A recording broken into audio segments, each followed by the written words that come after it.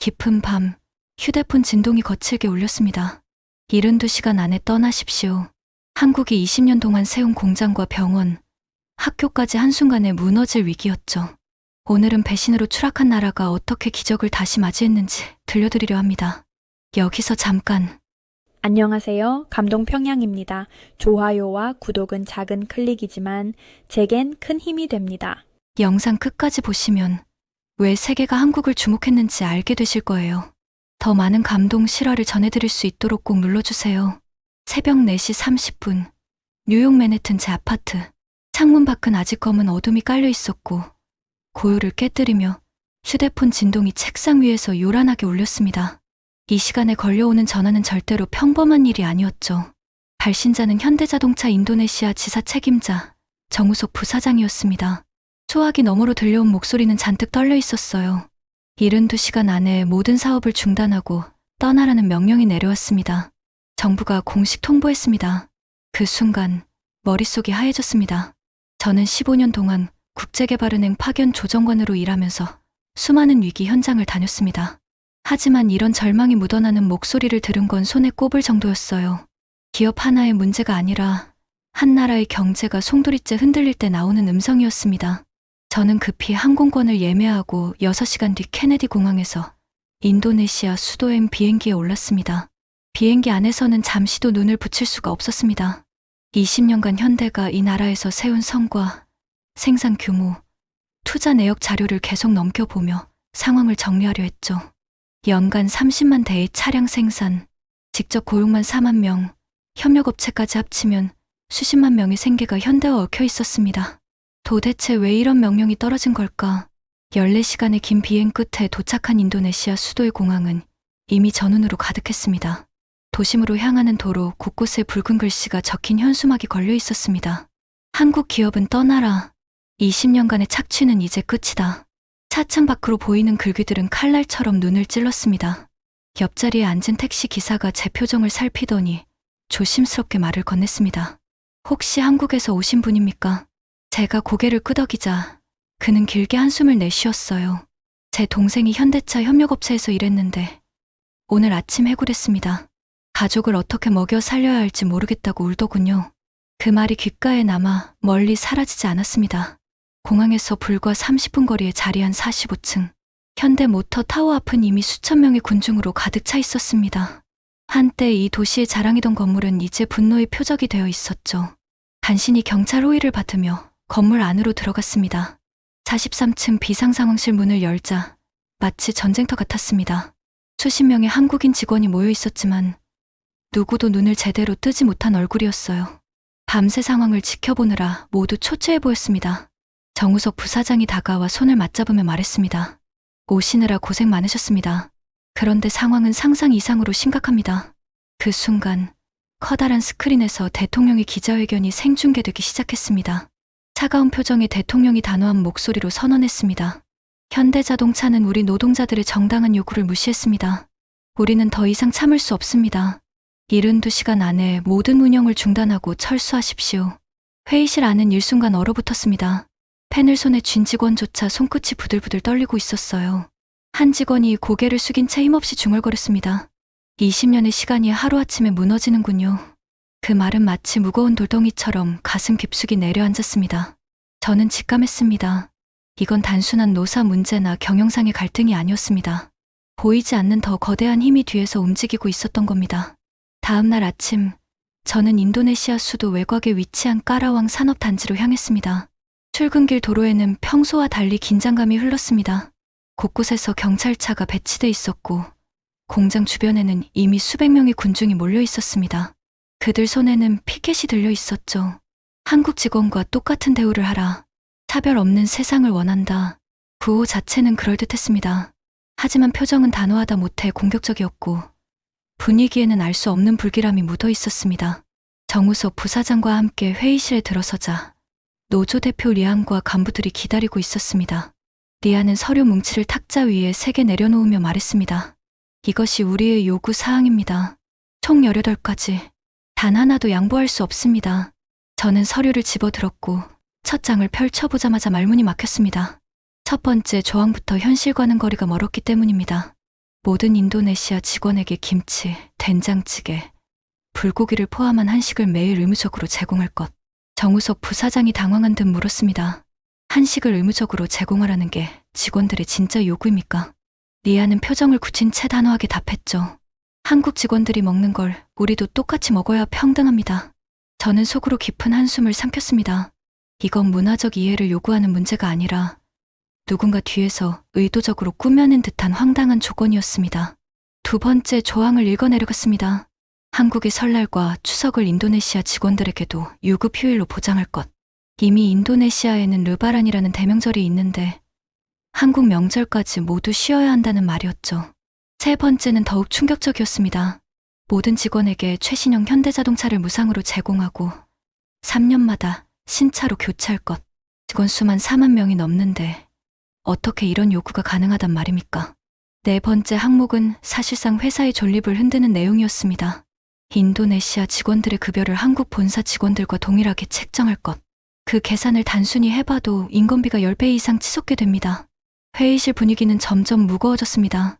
직원들 사이에서 탄식이 새어나왔고 정우석 부사장의 얼굴은 점점 붓어졌습니다. 저 역시 경악을 금치 못했죠. 다섯 번째 항목을 읽으며 저도 모르게 펜을 떨어뜨렸습니다. 모든 회의를 인도네시아어로만 진행하고 한국어 사용 시 벌금 1인당 1천만 루피아. 이건 말이 안 됩니다. 본사에서 오는 임원들조차 벌금을 내야 한단 말입니까? 제가 묻자 리아는 의자를 뒤로 젖히며 웃음을 지었습니다. 여기는 인도네시아입니다. 당연한 일 아닌가요? 뒤로 갈수록 더 터무니없는 조건들이 이어졌습니다. 직원 자녀 전원에게 한국 대학 무상 유학 기회 제공, 주 20시간 근무제 도입, 모든 직원과 가족에게 매년 한국 왕복 항공권 제공. 저는 머리가 어지러질했습니다. 이건 협상이라기보다 회사를 내쫓기 위한 의도적인 함정이 분명했습니다. 정우석 부사장이 목소리를 낮춰 말했습니다. 리안 위원장님, 이건 현실적이지 않습니다. 회사가 감당할 수 없는 요구예요.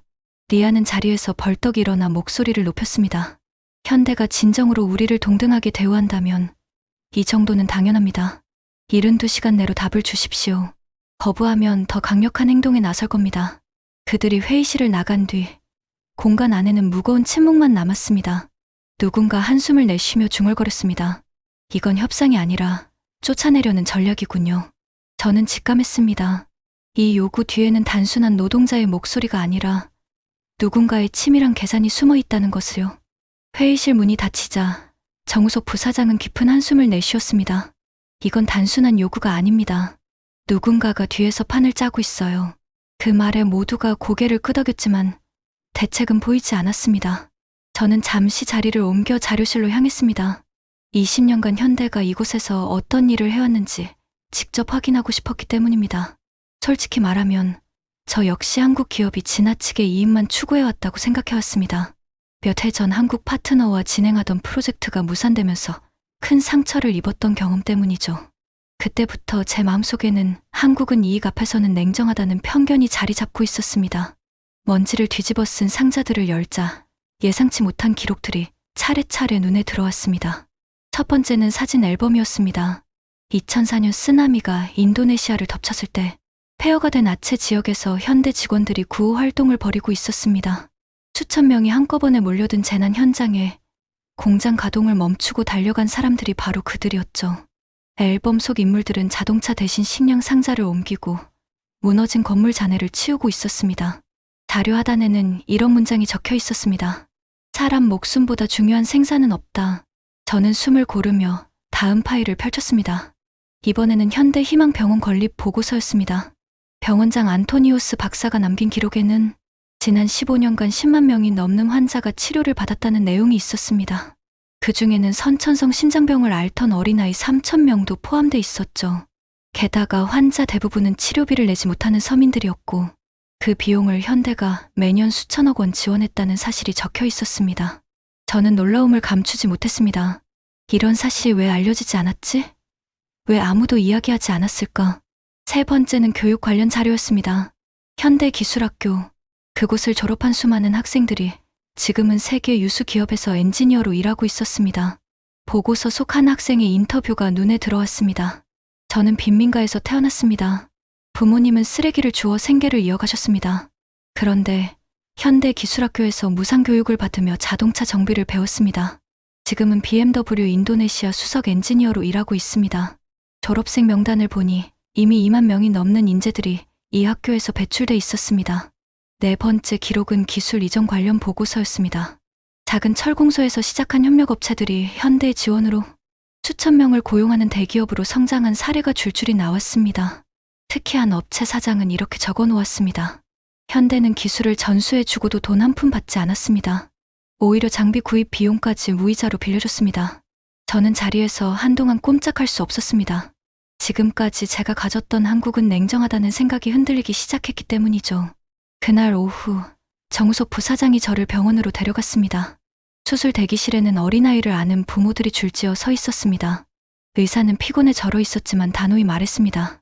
정부 명령이 내려져도 마지막 순간까지 수술은 계속합니다. 그 순간 제 마음속에 자리 잡았던 벽이 조금씩 무너지고 있음을 느꼈습니다. 한국 기업이 단순히 자동차를 파는 존재가 아니라 이 사회의 숨은 기둥이었다는 사실을 눈으로 확인했으니까요. 저는 속으로 중얼거렸습니다. 내가 잘못 알고 있었구나. 한국은 이익만 따지는 나라가 아니었어. 이건 사람을 지키는 이야기야. 하지만 바로 그때 상황실에서 긴급 연락이 들어왔습니다. 정부가 현대자동차 계좌를 전부 동결했습니다. 순간 모든 희망이 꺼져버린 듯했습니다. 숨겨진 기록들에서 진실을 보았음에도 불구하고 현실은 더욱 깊은 수렁으로 빠져들고 있었던 겁니다. 그날 저녁 상황실로 급히 달려온 정부 관계팀 직원의 얼굴은 창백했습니다. 큰일 났습니다. 정부가 현대자동차 법인 계좌를 전부 동결했습니다. 순간 회의실 안에 있던 사람들의 표정이 동시에 굳어졌습니다. 모두가 무언가 말하려 했지만 목소리가 나오지 않았습니다. 정우석 부사장이 손으로 이마를 짚으며 낮은 목소리로 말했습니다. 이제는 사실상 사업이 불가능하다는 얘기군요. 저 역시 머릿속이 하얘졌습니다. 공장 가동에 필요한 자금이 묶였다는 건 그 즉시 생산 중단을 의미했습니다. 수만 명의 직원들이 일터를 잃는 것은 물론이고 병원과 학교 같은 사회 인프라까지도 멈춰버린다는 뜻이었습니다. 잠시 후 대형 스크린에 긴급 속보 자막이 떴습니다. 정부 명령 현대자동차 국가안보 위협, 전 공장 군부 통제 돌입. 직원들의 얼굴이 공포에 휩싸였습니다. 몇 분 뒤 창밖에서 들려오는 굉음에 모두가 고개를 돌렸습니다. 군용 트럭 수십 대가 줄지어 공장 정문 앞에 도착한 것이었죠. 철제 바리케이드를 세우고 무장한 군인들이 빌딩을 둘러싸는 모습은 전쟁 장면과도 같았습니다. 저는 무의식적으로 손에 쥔 펜을 꽉 쥐었습니다. 정말 이게 현실인가? 20년간 쌓아 올린 신뢰와 헌신이 하루아침에 이렇게 무너지는 건가? 직원들 사이에서는 곧장 동요가 일어났습니다. 가족들은 어떻게 합니까? 우리가 여기서 쫓겨나면 어디로 가야 하나요? 그들의 떨리는 목소리가 회의실 벽을 울렸습니다. 정우석 부사장은 마이크를 잡고 직원들을 진정시키려 했습니다. 여러분, 아직 끝난 게 아닙니다. 본사와 계속 연결 중이고 국제사회에도 알릴 방법을 찾고 있습니다. 하지만 그의 목소리조차 확신보다는 간절함에 가까웠습니다. 그때 제 휴대폰이 다시 울렸습니다. 보낸 이는 노조위원장 리안. 메시지에는 단 한 줄이 적혀 있었습니다. 오늘 밤 혼자 나와 주십시오. 보여드릴 게 있습니다. 저는 직감했습니다. 그가 처음으로 진실을 털어놓으려는 순간일지도 모른다고요. 그러나 동시에 두려움이 엄습했습니다. 분이 포위한 상황에서 괜히 움직였다가 체포당할 수도 있었으니까요. 하지만 시간이 없었습니다. 72시간이라는 시한은 이미 절반 가까이 소진되고 있었죠. 저는 조용히 자리에서 일어나 가방을 챙겼습니다. 회의실을 나서며 뒤를 돌아봤을 때 직원들의 얼굴이 잔뜩 굳어 있었습니다. 어떤 이는 손을 떨며 기도하고 있었고 또 다른 이는 모니터에 뜬느는 계좌 동결 메시지를 멍하니 바라보고 있었죠. 빌딩 밖으로 나와 보니 거리는 이미 군인들의 차지였습니다. 길목마다 삼엄한 경계선이 쳐져 있었고 시민들은 휴대폰을 들고 불안하게 상황을 찍고 있었습니다. 공장 담장 너머에서는 가족들이 몰려와 울부짖고 있었습니다. 우리 남편 내보내주세요. 아이들이 안에 있어요. 군인들이 막아섰지만 울음소리는 밤하늘을 가득 메웠습니다. 저는 그 장면을 바라보며 마음이 무겁게 내려앉았습니다. 20년간 현대가 세운 건 단순한 공장이 아니라 사람들의 삶 전체였다는 사실이 뼈저리게 느껴졌습니다. 그리고 지금 그 모든 것이 무너져 내리고 있었습니다. 그날 밤 저는 군의 눈을 피해 호텔 뒷문으로 나왔습니다. 인도네시아 수도의 거리는 이미 긴장으로 가득 차 있었습니다.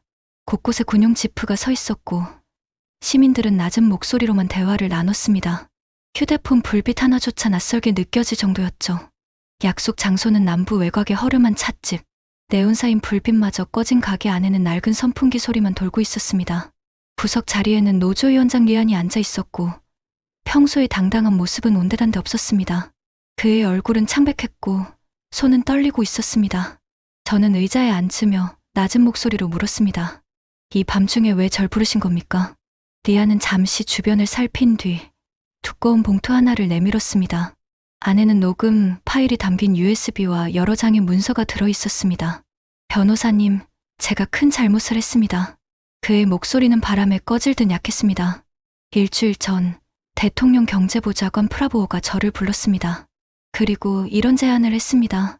USB 속 녹음이 흘러나왔습니다. 낯익은 남자의 목소리가 분명히 들렸습니다. 리안, 현대를 쫓아내는데 협조하면 자네를 부사장으로 앉혀주겠네. 대신 중국 지자동차가 들어올 수 있게 길을 열어야 해. 순간 저는 심장이 철렁 내려앉는 듯 했습니다. 리안은 눈을 감은 채 고개를 떨구었습니다. 저는 욕심에 눈이 멀었습니다. 그래서 그 터무니없는 요구 사항을 만들어낸 겁니다. 현대는 절대 수용할 수 없을 테니까요. 저는 한동안 말을 잇지 못했습니다. 지금까지 노사 갈등으로만 알았던 일이 사실은 치밀하게 설계된 음모였다는 사실이 드러났기 때문입니다. 리안은 또 다른 서류를 꺼냈습니다. 이건 제가 몰래 복사한 비밀 계약서입니다. 그 문서에는 충격적인 조건이 적혀 있었습니다. 중국 지자동차 100억 달러 투자 약속, 단 10년에 걸쳐 분할 집행, 인도네시아 정부 30년간 법인세 전액 면제, 현대가 남긴 모든 공장과 시설, 지자동차 무상 인수, 정치 자금 5억 달러 별도 제공. 저는 문서를 읽는 내내 손이 떨렸습니다. 이건 단순한 기업 경쟁이 아니었습니다. 한 나라의 경제를 집어삼키려는 거대한 전략, 국가 차원의 공작이었죠. 리안은 더 낮은 목소리로 속삭였습니다. 프라보어가 말했습니다. 현대는 너무 정직해서 문제라고. 한국 기업은 뇌물을 주지 않으니 상대하기 힘들다고요. 하지만 중국은 원하는 건 뭐든 해줄 수 있다면서 웃더군요. 그 순간 제 머릿속에서 지난 20년간의 기록들이 번개처럼 스쳐 지나갔습니다. 병원, 학교, 장학금, 환경 복구, 재난 구호. 한국 기업이 묵묵히 쌓아온 진심이 고스란히 배신당하고 있었던 겁니다. 리안은 손으로 얼굴을 감싸 쥐었습니다. 오늘 협력업체 사장들이 저를 찾아왔습니다. 현대가 떠나면 다 죽는다고 울더군요. 그제야 정신이 들었습니다. 저는 나라를 팔아넘기는 일에 동조하고 있었던 겁니다. 그의 눈가가 젖어 있었습니다. 부디 현대가 떠나지 않게 막아주십시오. 제 죄는 제가 받겠습니다. 하지만 인도네시아가 무너지는 건 볼 수 없습니다. 저는 깊은 숨을 내쉬었습니다. 이제 모든 퍼즐이 맞춰지고 있었습니다. 하지만 동시에 사태는 이미 너무 멀리 와버렸다는 사실이 더 큰 두려움으로 다가왔습니다. 그때 리안의 휴대폰이 울렸습니다.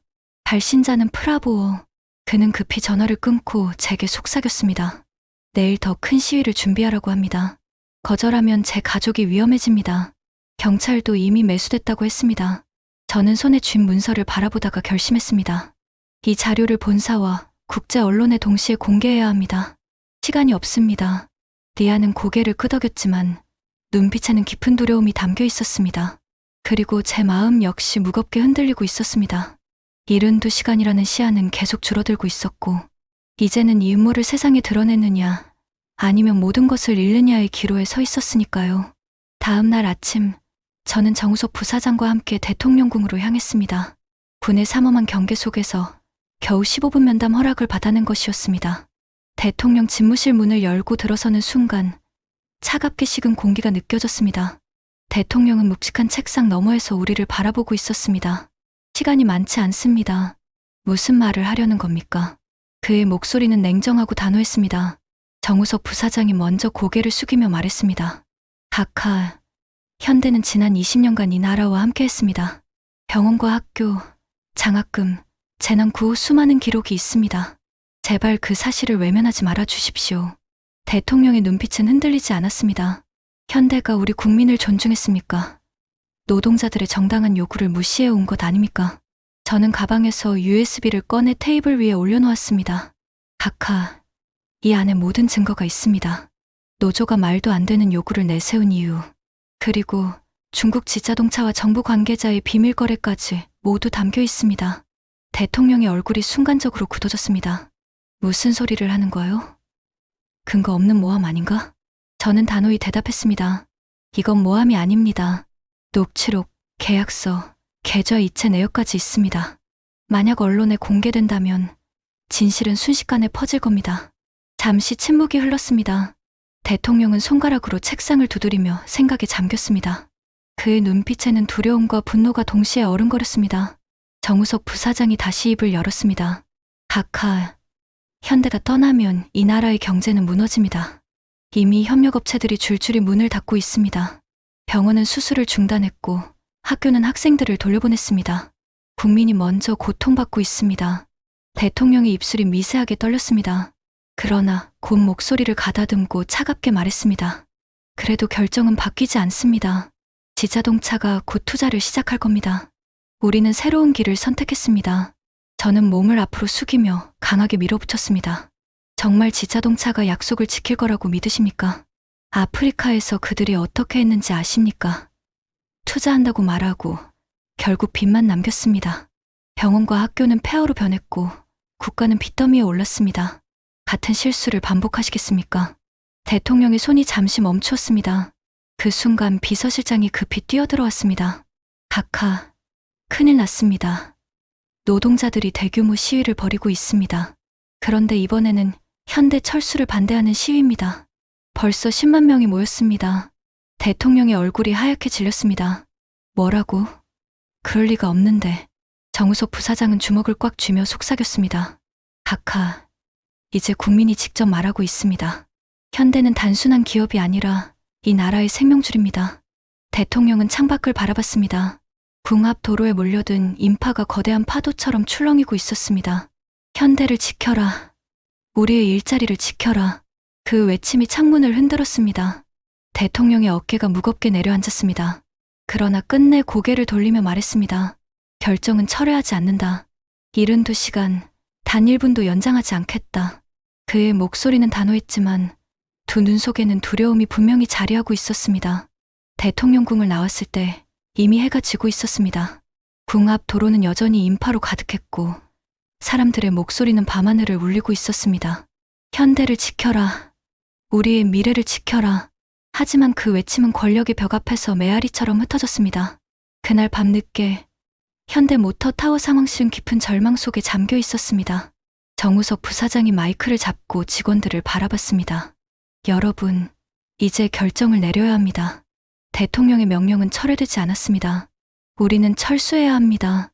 순간 회의실은 숨막히는 정적에 휩싸였습니다. 어떤 이는 눈을 감고 고개를 떨궜고 어떤 이는 주먹을 꽉 쥐며 이를 악물었습니다. 20년 동안 가족처럼 지내온 동료들과 쌓아 올린 모든 것이 허무하게 사라지는 순간이었죠. 부사장의 목소리가 떨렸습니다. 하지만 약속드립니다. 언젠가 꼭 돌아올 것입니다. 그 순간 인도네시아 직원들이 동시에 울음을 터뜨렸습니다. 부사장님, 우리를 데리고 가주세요. 현대가 떠나면 저희는 어떻게 삽니까? 그들의 울부짖음은 방 안을 흔들며 제 가슴을 찢어놓았습니다. 철수 작전은 첫째 날 새벽 4시에 시작됐습니다.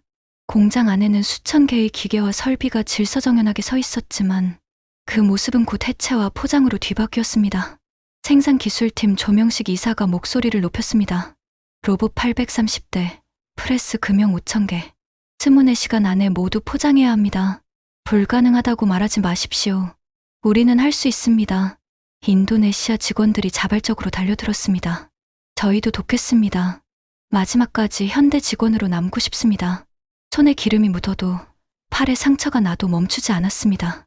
한 엔지니어는 분해하던 로봇을 가만히 쓰다듬으며 속삭였습니다. 이 아이 이름은 하늘이에요.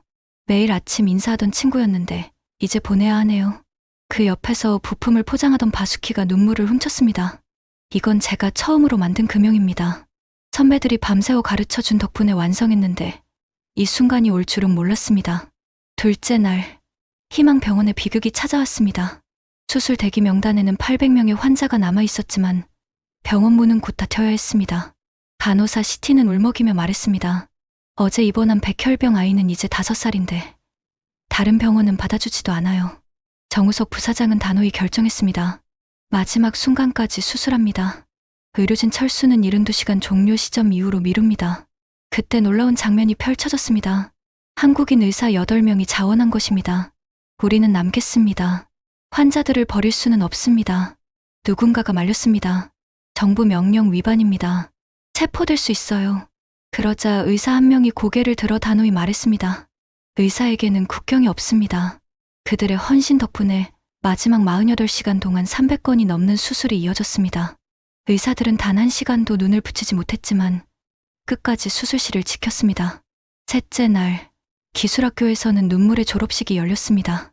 원래 한 달 뒤로 예정돼 있었지만 학교는 모든 학생에게 긴급 졸업장을 수여했습니다. 교장 김석진이 학생 1000명 앞에 서서 목소리를 높였습니다. 여러분은 현대의 마지막 졸업생입니다. 자부심을 가지십시오. 학생 대표가 단상에 올라 떨리는 목소리로 답사를 했습니다. 현대가 없었다면 저는 빈민가에서 평생을 보냈을 겁니다.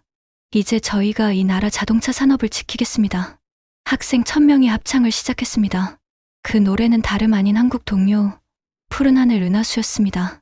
아이들의 목소리가 교정을 가득 채웠고 교사들은 눈물을 감추지 못했습니다. 마지막 날 오후 생산 라인이 마지막으로 가동됐습니다.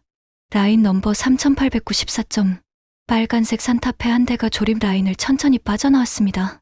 조립 후 반장 하디가 차에 손을 얹으며 속삭였습니다. 20년 동안 300만 대를 만들었습니다. 이게 마지막이라니 믿기지 않네요. 그 순간 공장 마당에 모인 직원 4만 명이 동시에 움직였습니다. 그들은 몸으로 대형 글자를 만들었죠. 현대 사랑해요. 드론 카메라가 그 모습을 찍어 올렸고 영상은 순식간에 전 세계로 퍼져나갔습니다. 오후 3시 철수 차량 행렬이 공장을 떠나기 시작했습니다. 트럭 200대가 줄지어 도로를 나섰고 양옆에는 수많은 시민이 서 있었습니다. 가지 마세요. 현대 고맙습니다. 어디선가 한국 국기가 펄럭이기 시작했습니다. 곧 수만 개의 태극기가 도로를 메웠습니다. 군인들조차 고개를 들어 경례를 했습니다. 현대의 경례, 그들의 눈빛에도 슬픔이 담겨 있었습니다. 오후 5시 30분, 마지막으로 떠난 이는 정우석 부사장이었습니다. 그는 정문 앞에서 한참을 서 있다가 돌아서서 큰 소리로 외쳤습니다. 여러분, 우리는 반드시 돌아옵니다. 직원들과 시민들이 동시에 외쳤습니다. 부사장님, 사랑합니다. 현대 영원하라. 현대 자동차의 철수가 끝난 지 한 달 뒤, 인도네시아는 끝없는 추락에 빠졌습니다. 실업률은 치솟았고 거리에는 일자리를 잃은 사람들이 넘쳐났습니다. 병원은 문을 닫아 환자들이 길바닥에서 치료를 기다렸고 학교는 운영을 멈춰 아이들이 거리를 떠돌았습니다. 국가 경제는 마비 상태였고 분노한 시민들은 매일 거리로 쏟아져 나왔습니다. 그때 뜻밖의 움직임이 시작됐습니다. 우리가 직접 사과하러 가자. 시민들의 입에서 터져나온 말이었습니다. 3월의 어느 아침, 서울 광화문 광장은 믿기 힘든 광경으로 가득 찼습니다. 인도네시아에서 온 국민 2만 명이 한복을 입고 무릎을 꿇은 채 앉아 있었던 겁니다. 그들의 손에는 커다란 피켓이 들려 있었습니다. 우리가 잘못했습니다. 현대여, 제발 돌아와 주세요. CNN, BBC 등 전 세계 언론이 이 모습을 생중계했습니다. 카메라 앞에서 눈물을 흘리던 이는 다름 아닌 노조위원장 리안이었습니다. 그는 고개를 깊이 숙이며 떨리는 목소리로 외쳤습니다. 욕심에 눈이 멀어 은인을 배신했습니다. 부디 용서해 주십시오. 옆에 서 있던 협력업체 대표 하루토노도 울먹이며 말했습니다. 현대가 키워준 저희가 배신했습니다. 죽을 죄를 지었습니다. 더 놀라운 건 인도네시아 장관들까지 광장에 무릎을 꿇은 장면이었습니다. 경제부 장관은 마이크를 잡고 울먹였습니다. 정부를 대표해 사과드립니다. 현대는 진정한 친구였는데 저희가 몰라봤습니다. 그리고 광장 한복판에 나타난 이는 바로 인도네시아 대통령이었습니다. 그는 차마 고개를 들지 못한 채 대한민국 국민 앞에서 무릎을 꿇었습니다. 존경하는 현대 회장님, 제가 직접 왔습니다. 우리는 돌이킬 수 없는 실수를 했습니다. 20년간 헌신한 현대를 하루아침에 내쫓았습니다. 제발 한 번만 더 기회를 주십시오. 그 순간 광장에 모인 인도네시아 시민들이 한국 애국가를 한국어로 부르기 시작했습니다. 동해물과 백두산이 마르고 닳도록 2만 명의 목소리가 하늘을 울렸습니다. 눈물을 흘리던 한국 시민들은 그 광경에 깊은 충격을 받았습니다. 며칠 뒤 청와대에서 현대 회장이 직접 결정을 발표했습니다. 한 번 더 기회를 드리겠습니다. 하지만 조건이 있습니다. 조건은 단호했습니다. 헌법에 현대 보호 조항을 신설할 것, 현대 전용 경제특구를 조성할 것, 30년간 세금 면제를 보장할 것, 그리고 노조는 향후 20년간 파업을 포기할 것. 인도네시아 정부와 노조는 눈물을 흘리며 동의했습니다. 그리고 3개월 후 현대는 다시 돌아왔습니다. 까라왕 공장의 촛불이 켜지던 날 수십만 명의 시민이 몰려와 환영했습니다. 돌아와 주셔서 감사합니다. 아이들은 태극기를 흔들었고 어른들은 꽃다발을 던지며 현대 트럭을 맞이했습니다. 공장 안에서는 4만 명의 직원들이 다시 모여 첫 차를 생산했습니다. 빨간색 산타페의 번호판에는 굵은 글씨로 새겨져 있었습니다. 부활 1호. 그 순간 모든 직원들이 울부짖듯 환호했습니다. 희망병원도 문을 열었고 대기 명단에 있던 환자들이 다시 치료를 받을 수 있었습니다. 기술학교도 문을 열며 새로운 학생들을 맞이했습니다. 도시는 활기를 되찾았고 주식시장은 반등했으며 환율은 안정됐습니다. 무엇보다 달라진 건 국민들의 마음이었습니다. 다시는 은인을 배신하지 않겠다. 시민들은 현대 지키기 운동을 자발적으로 벌였고 현대 제품을 구매하며 신뢰를 표현했습니다. 국제사회도 감탄했습니다. 월스트리트 저널은 이렇게 보도했습니다. 비즈니스 역사상 가장 관대한 용서. 한국 기업의 품격이 세계를 감동시켰다. 그날 밤 인도네시아 하늘에는 불꽃놀이가 터졌습니다. 현대와 인도네시아, 영원한 동반자. 현대 로고와 인도네시아 국기가 함께 빛나는 장관이 펼쳐졌습니다. 저는 그 광경을 바라보며 마음 깊이 되뇌었습니다. 배신은 나라를 무너뜨렸지만 용서는 새로운 기적을 만들었구나. 그리고 다시 깨달았습니다. 이 이야기는 단순한 기업의 흥망이 아니라 신뢰와 상생의 가치가 어떤 힘을 갖는지 보여주는 증거라는 사실을요. 지금까지 현대자동차와 인도네시아가 함께 쓴 기적의 이야기였습니다. 배신으로 무너졌던 나라가 용서로 다시 일어섰습니다. 그리고 그 용서를 베푼 건 대한민국 기업의 품격이었습니다. 오늘 이야기가 감동적이었다면 영상 공유와 구독, 좋아요로 함께 해주시면 감사하겠습니다. 여러분의 관심이 더 많은 감동 실화를 전하는 힘이 됩니다. 이상 감동평양이었습니다.